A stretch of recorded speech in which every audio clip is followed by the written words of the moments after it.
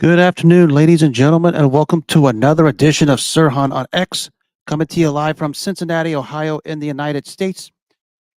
This is my 10th episode, and today I've decided to take a shot at streaming in all the natural platforms across the social media platforms. Now I'm on Facebook, YouTube, and Instagram. Go, welcome, check me out there. Uh, Today, I just thought I'd go over some stuff today because I was supposed to have a boxing show earlier, but circumstances preceding it got pushed back a week, so I have some free time. I'm going to go ahead and discuss some things tonight. Hope everybody out there and wherever part of the globe you're in, wherever the states or nationwide, is doing well. So going to get this thing started out of the way. Just going to touch on there's a quick preview of what's coming up here with the NFL Week 2. Everybody, of course, has their own picks, so I'm going to go ahead and give mine. Not really much to talk about in the NFL this week, just largely because the schedule is very, very light. Seems to be very uninspiring when I'm looking at this. Like several games might be good, it might be flirting with blowouts. Just start with tonight's game. Obviously, is a big AFC East divisional rival between Buffalo and Miami. I said in previous shows that the biggest thing for Miami, I said for me to consider them to be a serious threat to Buffalo or anyone in the NFC in that division or even beyond, they have to start beating teams that have some winning records or or at least made the playoffs. Because remember, last year they played one team in the held one win against a playoff team last year, and that was Dallas, but in December. But it doesn't really matter because everybody beats Dallas in December and January for the most part, and it basically took a goal line stand by Miami to hold off a Dallas team that basically didn't play very well down the stretch. So tonight, I think is a good chance for Miami to show whether they belong with the big boys or not. But they're playing against a Buffalo team with a Josh Allen who has basically had major success against the Bills in recent year, the Dolphins in recent years. And I think this is going to be a competitive one. I'm not a scoreboard predictor, so don't ask me to predict a score. I just think that Miami is going to have a bit of their hands full because I believe both their running backs, Devon Shane and Rashid Mozart, are out. And they're going against a Buffalo front line led by Greg Russo, who had 3 sacks last week against Arizona. And I think Josh Allen is going to have another standout performance against Miami, which he's known to have in recent years. I think it should be a competitive game. I'll probably tip the nod of Buffalo for that one.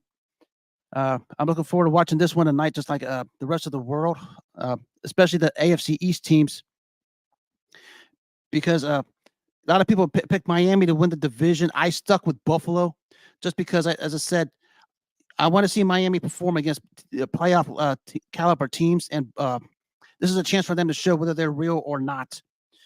So I think it's a big game for both teams, but more so on Miami's end to show that they can hang with Buffalo and potentially win the division, which a lot of people have Miami overtaking Buffalo for the division. So I think it's going to be a good one. Look at the rest of the schedule here for week 2. A lot of games that aren't necessarily all that great. I mean, San Francisco and Minnesota. A lot of people have Minnesota for an upset. I think it's going to be better than people think. I'm still to the nod to San Fran because I think the momentum of Jordan Mason is going to carry over. And I don't know how if Sam Darnold can duplicate what he did last week against the Giants. Because obviously, this is a night and day difference going from the Giants to the 49ers. I think it's going to be a good matchup. But I think San Fran is going to find a way to eke it out on the road. I think it should be another good one. Looking at the rest of the schedule here, Seattle at New England. I'll take Seattle on that one. Mike McDonald's last week showed his defensive imprint hasn't wherever he goes, he still has his defensive imprint. It showed last week in Seattle when they went after Bo Nix, and I expect him to ramp it up the pressure when they go to New England to take down the Patriots. They'll probably focus on Ramondre Stevenson, who had that career game against Cincinnati last week, but I don't think he's going to do that 2 weeks in a row. I think Mike McDonald's going to have his defensive imprint like he had throughout the years in Baltimore, and I think Seattle's going to take this one on the road. New York Giants and the Washington Commanders. If I could predict a tie, I probably would with this one, because the question here is who's going to finish in last place in the NFC East between these two. I mean, Washington still is trying to clean up their residue from the Dan Snyder era. They did draft Jaden Daniels, who put up some solid numbers, but albeit most of it came after the game was basically decided. Going against a New York Giants team is just a hot mess right now. I just think, just give me Washington at home for that one. I don't know if how either side is going to play with this one, because this might be one of those like 17-13 type games where there's going to be a lot of turnovers and a lot of sloppy play because neither team's all that great or playing all that great right now. The Los Angeles Chargers against the Carolina Panthers. Always issues with cross county travel from West Coast to East Coast and vice versa. I don't think it's going to matter here. Carolina is just that bad, and I think the Chargers should be able to run right over them. That one I think should be a wipeout. New Orleans and Dallas. New Orleans overperformed last week because they were playing the Carolina Panthers, who is probably going to be the worst team in the NFL this season. And now that with the Carolina Panthers, a package they traded to get Bryce Young might be one of the down the line might look at that as one of the worst trades in NFL history when it comes to the draft packages, because Carolina finished with the worst record last season. They probably finished with it last season, and they'll probably get a top pick out of it, with that trade with Chicago. But they still have a long way to go. But to the Saints and the Cowboys, Dallas rolled in Cleveland rather decisively, and I expect them to roll again. New Orleans basically overperformed last week, and I'm not expecting Derek Carr to play to mere perfection like he did last week. So I'm taking Dallas on that one.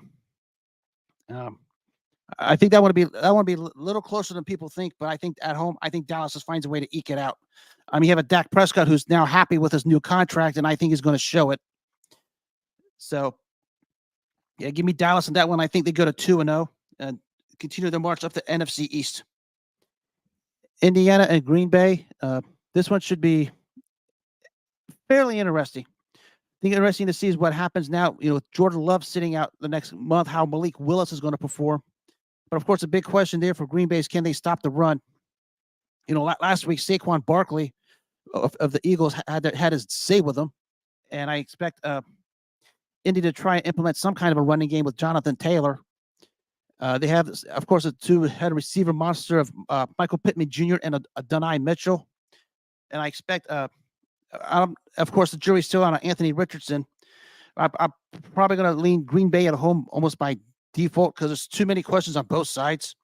I just don't know how much Anthony Richardson I could trust right now. And I know Green Bay's not going to have Jordan Love, but I think the home crowd on the home being at home is going to push Green Bay over the edge. I'll be at a pinch on that one, but I'll probably take them at home. Cleveland at Jacksonville.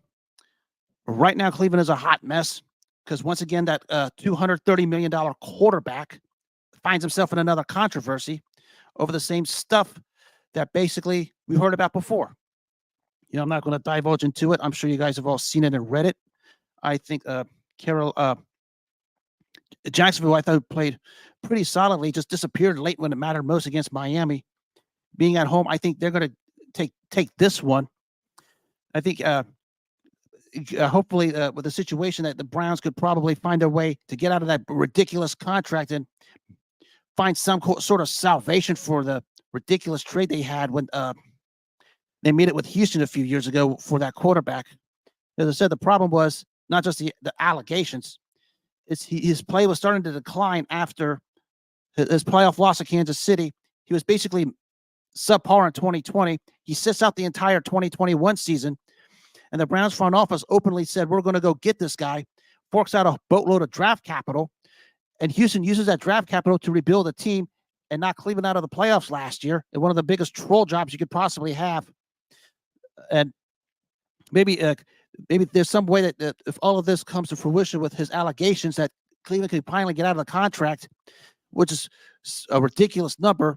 And I know some Browns fans are looking forward to seeing it. I mean, might be time to turn the page and look onto something else because that roster over there is pretty solid and they deserve better than this. But as the way it is right now, he's still going to be on the roster. He's probably going to start in I can't see him beating this team beating Jacksonville the way they are right now. I think Jacksonville is going to hold serve at home. I think they'll probably play better throughout the game because they just disappeared out of nowhere in the final 18 minutes against Miami. The defense let Tyreek Hill just burn them up the sideline for a big one. There's basically turned out to be the game winner in the end. So give me Jacksonville on that one. The Jets and the Titans. Tennessee had probably one of the weirdest losses I've ever heard on their home field. You're up 17-0. You lose a game without allowing an offensive touchdown. I mean, one was on a punt block. The other one was on a pick six on a very, very, very poor decision and a poor throw by Will Levis and 4 field goals. And you're going against a Jets team who basically was punked by San Francisco the other night, albeit not as close as the score indicated.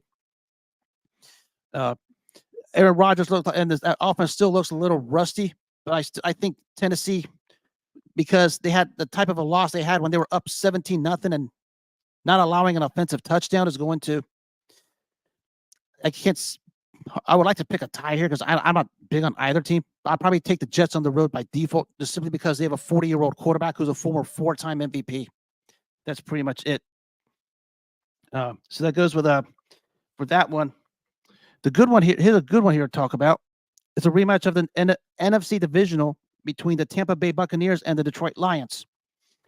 I've been on the Tampa Bay bandwagon because I thought, with Baker Mayfield and Mike Evans getting their new deals, that I think they'll be better than last year. A lot of people had Atlanta over them in the division. I didn't, because I didn't buy into Atlanta hype. I thought, again, Tampa Bay is just under the radar while everyone is jumping on the Atlanta bandwagon. It was cooled off a little bit against Pittsburgh Sunday.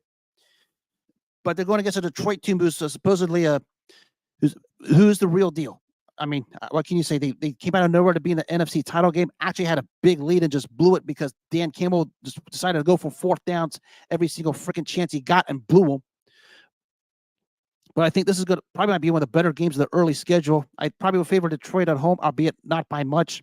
But I think it should be every good as a divisional game last season, which was one of the better games in the playoffs in the 2023 NFL playoffs last year, because the plans were sort of a snoozer. This one was actually one of the better ones out there. So, yeah, give me Detroit at home on that one. I keep thinking about the Oakland Raiders, but they're the Las Vegas Raiders going into Baltimore. Forget it. Lamar Jackson and Isaiah Likely is going to run wild on them. If for all you fantasy owners out there who have Lamar Jackson and Isaiah Likely in their teams, play him. I expect them to go wild on the Raiders, who are fixing to have a very, very, very long season. I mean, they did not look all that great when they lost to the Chargers. And Baltimore coming up that loss to Kansas City on the road when they lost it by a toe. That's why they call them Baltimore Ravens. But I expect Baltimore to come home. I expect them to win this one sort of big, because having to travel across after a bad loss against a pretty angry Baltimore team who felt like they let one slip away in Kansas. Give me Lamar Jackson and Isaiah Likely just running wild. The Rams and the Cardinals. The misfortune here is, of course, the injury to Puka Nacua, because I was looking forward to seeing him and Cooper Kupp with Matthew Stafford had a three-headed monster with the quarterback and the 2 receivers. A lot of teams were invested in them, thinking they would win the NFC West over San Francisco over this year, but I didn't go that far. I thought they would be in the playoffs and make a deep run, but of course, the injury to Nacua sort of monkey wrenches a lot of it, and they lost their starting left tackle Joe Northblum. That's his name correctly. They're going against an Arizona team who's very competitive, but on that one, just give me the Rams on the road. I mean, Arizona's going to be, I think, going to be competitive, but I think Matthew Stafford or Cooper Kupp is going to be a bit too much on the road. I think it'll be somewhat competitive, but give me the LA Rams. Some of the 4:00 games, Pittsburgh and Denver. Give me Pittsburgh. I think Denver struggled with the Steelers' defense in the second half. They got to Bo Nix. I think Pittsburgh's defense is going to do the same. I think their offense is going to be good, just good enough to make enough plays. They don't have to do much, because I think that defense is going to get to Bo Nix rapidly. When you talk about that defensive front of T.J. Watt, Cam Hayward, and Alex Highsmith, and I think they're just going to have a field day. I mean, with Seattle turning up the defense on Denver, it was over. I expect Pittsburgh to do it for 4 quarters here. Give me Pittsburgh to go 2-0. Of course, the big one that you on paper is supposed to be a big one, but I don't think it is anymore. Cincinnati and Kansas City.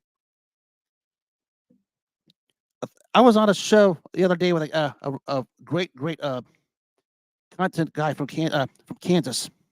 I watched his podcast last night. He had another great podcast, and something resonated in my head when I think about these two teams. In 2021, the narrative was Kansas's defense was at that time was very, very subpar at best. Slow down the Cincinnati offense at that time, led by their $275 million quarterback and that receiving core, Jamar Chase, T. Higgins, and Tyler Boyd. We're going to fast forward to 2024. The question now is, can Cincinnati's defense, which was punked up and down embarrassingly and pathetically, slow down this Kansas City receiving duo of Rashid Rice and Xavier Worthy? How narratives change. And now you have Cam Taylor-Britt shooting his mouth off, saying that Xavier Worthy is just a one-way runner. Congratulations. You're going to get cooked by Rice and Worthy every chance they get. Don't think for 1 second over there in Kansas, they have bulletin board material, and they're going to seek you out, scold you, burn you, trash you every chance you get, because you're going to get burnt. I gave you the benefit of the doubt, picking a score of 34-24. I'm still going to stick to it because I think Kansas is going to have this game wrapped up by the end of the third quarter, and the Bengals is going to probably score a touchdown or two to make the game respectable. Good luck with that one.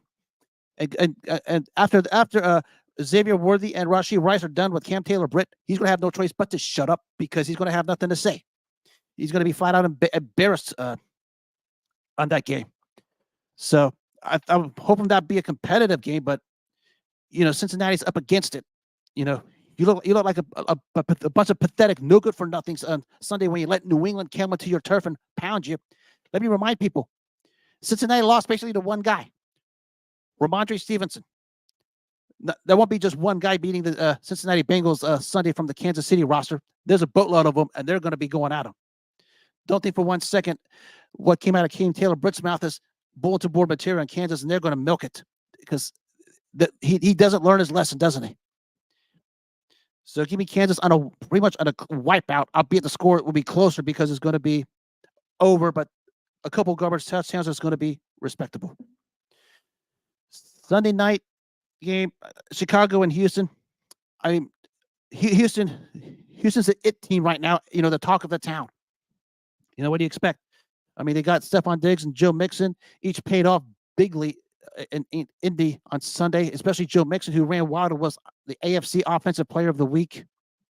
And I expect them to continue it here. Chicago didn't necessarily look all that great. They just had a couple lucky bounces just to wind up winning that particular game. So give me Houston, whom I think they win that one rather bigly. And the Monday nighter is Atlanta and Philly. Jury's still out on both of these teams. I said all along, I'm not sold on Atlanta like a lot of the people are who think they're going to win the South from Tampa Bay.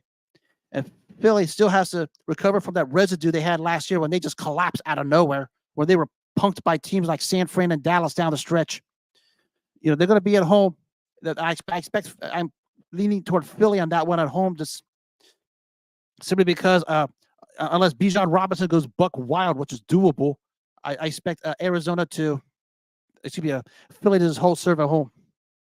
They have the better team especially on offense. They have too many weapons with AJ Brown and Smith, and of course Saquon Barkley and Jalen Hurts. And for Atlanta, I still think Kirk Cousins is still trying to get up to speed after his Achilles injury, but I think Philly's just going to handle them at home. So give me Philly on that one. Yeah, that's my week 2 picks and predictions. Looks like a bit of an awe-inspiring schedule. I mean, I beat us after week 2, but maybe you thought maybe a few of these games might be a little more competitive. Which it maybe could be, because who knows? But that's how I see the weekly matchups.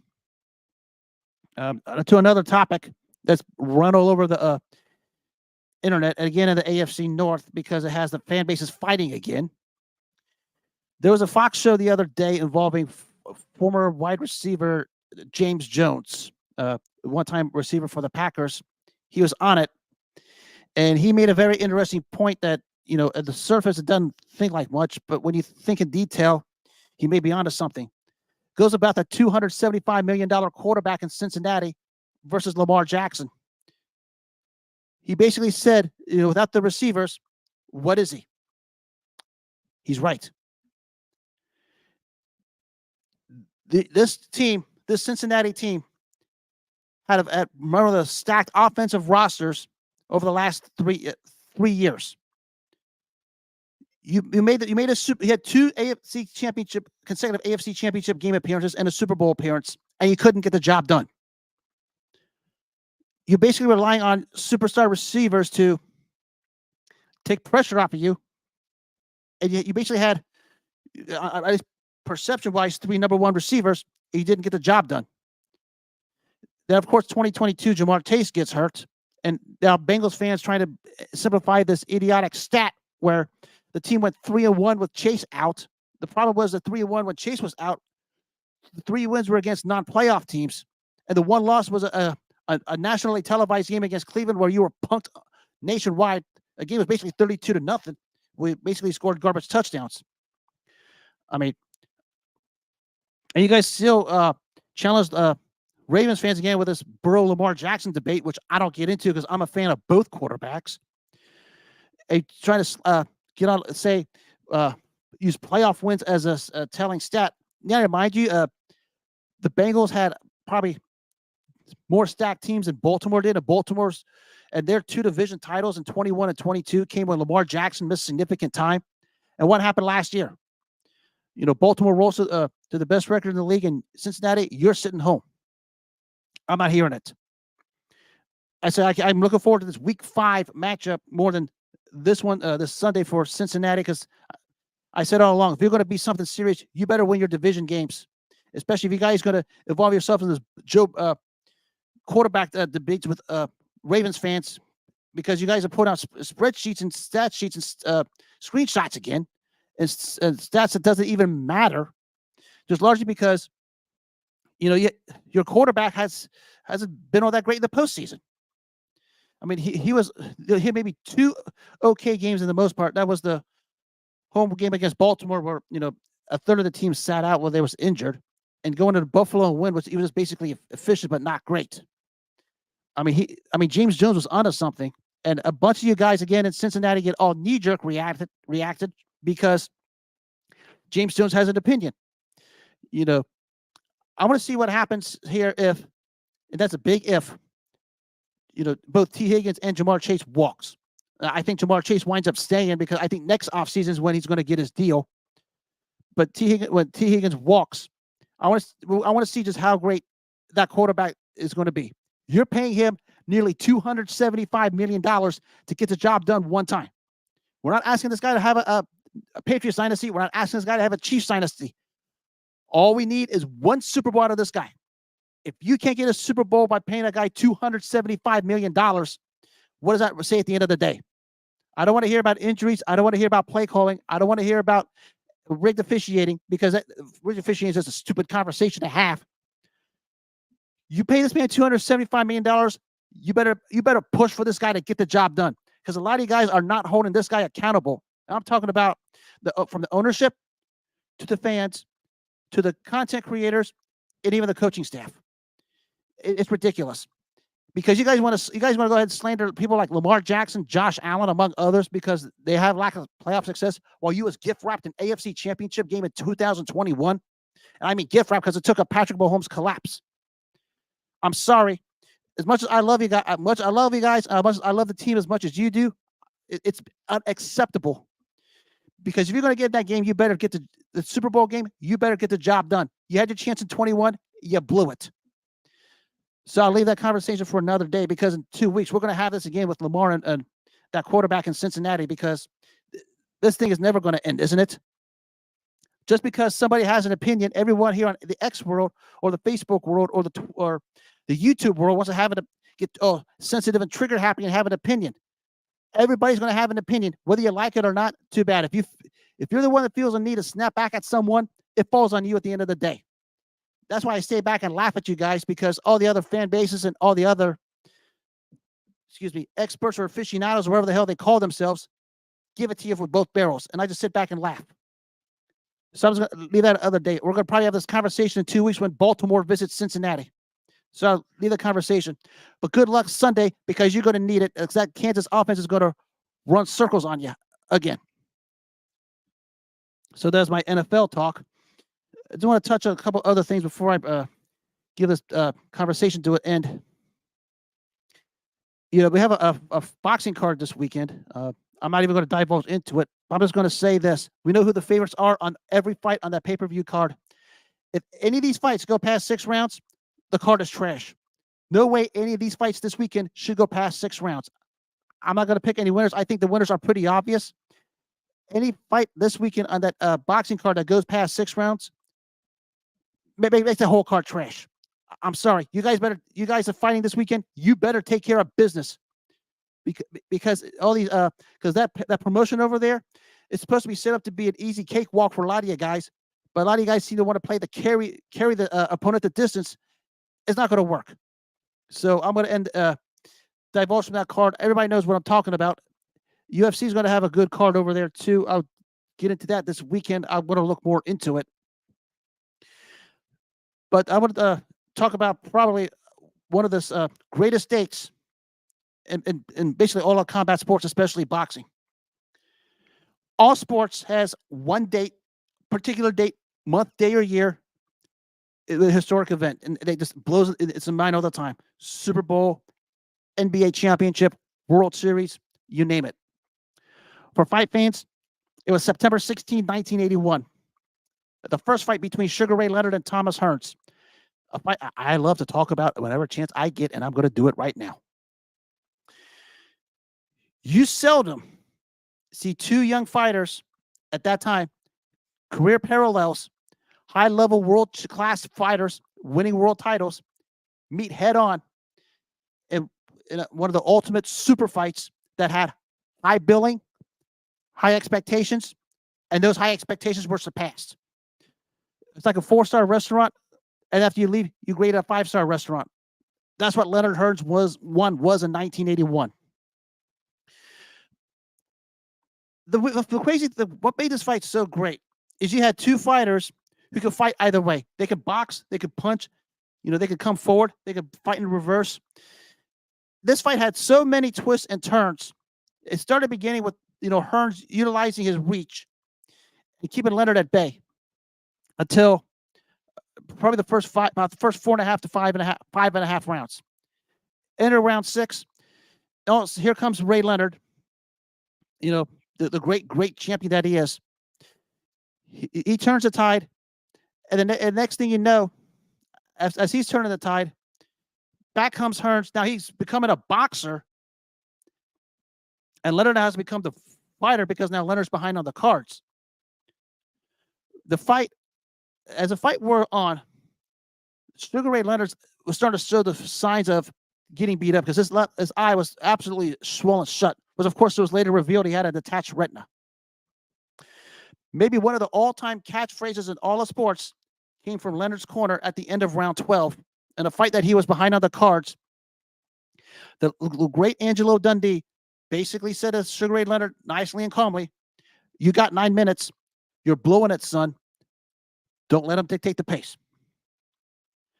Little did we know after that 13th and 14th round, there was a killer inside Sugar Ray Leonard that nobody ever saw. I've said this in my many boxing shows. I've said this in my many boxing tweets and many boxing posts all over the media platforms. Sugar Ray Leonard might have been the golden boy with the good looks. The slick hair, pro from the 70s and 80s, like all of the R&B stars. But inside that heart, deep down, excuse my language, but he was one mean, nasty motherfucker. Sugar Ray Leonard could get nasty if he wanted to. And around 13 or 14, when he needed to, he got nasty, and that was basically it for Leonard-Hearns.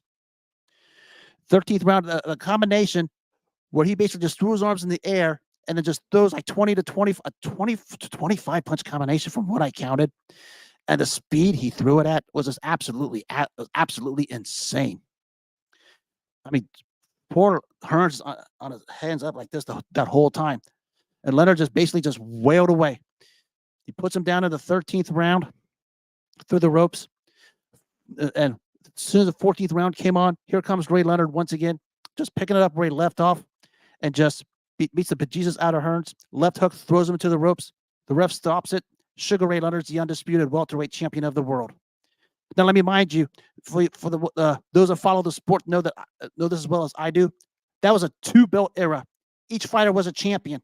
Whoever won was going to be the undisputed welterweight champion at the time. And on September 16th, 1981, that was the great Sugar Ray Leonard. The old adage has always been, for any athlete, some athletes, when the stage is grind, when the stage is big, you point to a lot of athletes. From Michael Jordan to Joe Montana to Patrick Mahomes to Tom Brady to Reggie Jackson, the great baseball player of the Yankees, Muhammad Ali, Julio Cesar Chavez, Pernell Whitaker, the list goes on and on. Nobody for his time knew how to perform at the biggest stage of them all than Sugar Ray Leonard.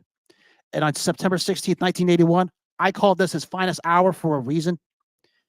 Because when it came time to dig deep, to go to that extra well, to find it in his heart, because it was a case of snatching victory from the jaws of defeat, because Thomas Hearns had the fight won on the scorecards. All Hearns had to do was box and move away. Sugar Ray Leonard was not leaving Caesar's Palace in Las Vegas on that night without the 2 belts. And when his hands was up in the air, you can see the big smile on his face. At that point, he was already a first ballot Hall of Famer. I mean, what can you say? I mean, his resume was already cooking. He beat Wilfred Benitez, had lost to Roberto Duran, but came back to beat him in the rematch in the famous No Mas.